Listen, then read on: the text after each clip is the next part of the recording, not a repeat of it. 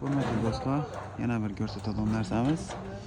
Pichan o'g'ilni zamok atishni ko'rsatib o'tamiz. Birinchi atadigan ishimiz banda kelgan tanmoni gradiuslari bilan kesib, shablonni to'g'rilab olamiz. Keyingisi gradusda to'g'rilab turamizdan keyin kelganini chizib olamiz.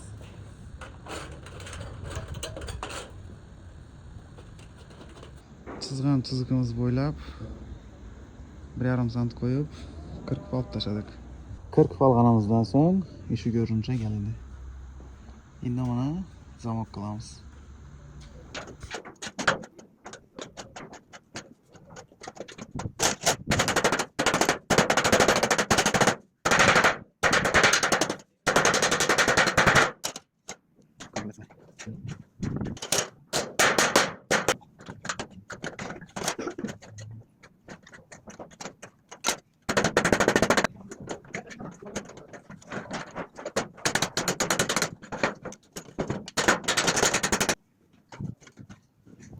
Hurmatli do'stlar, ichan o'g'limiz ham bitdi.